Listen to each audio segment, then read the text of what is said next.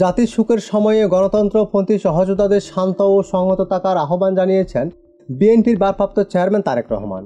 তিনি বলেছেন, বাংলাদেশকে ঐক্যবদ্ধ থাকতে হবে, প্রতিটি সংকটকে সংহতি নিয়ে মোকাবেলা করতে হবে। গতকাল মঙ্গলবার নিজের ভেরিফাইড ফেসবুক পেজে দেওয়া এক বিবৃতিতে একথা বলেন তারেক রহমান।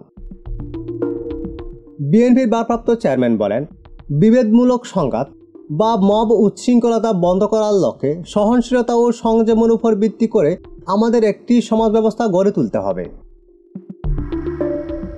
নিষিদ্ধ ঘোষিত ছাত্র রাজনৈতিক সংগঠনের কিছু সদস্যকে নিয়ে জনতা ও পুলিশের মধ্যে উত্তেজনা সৃষ্টিসহ সহিংসতা উস্কে দেওয়ার উদ্বেগজনক খবর পাওয়া যাচ্ছে বলে বিবৃতিতে উল্লেখ করেন তারেক রহমান।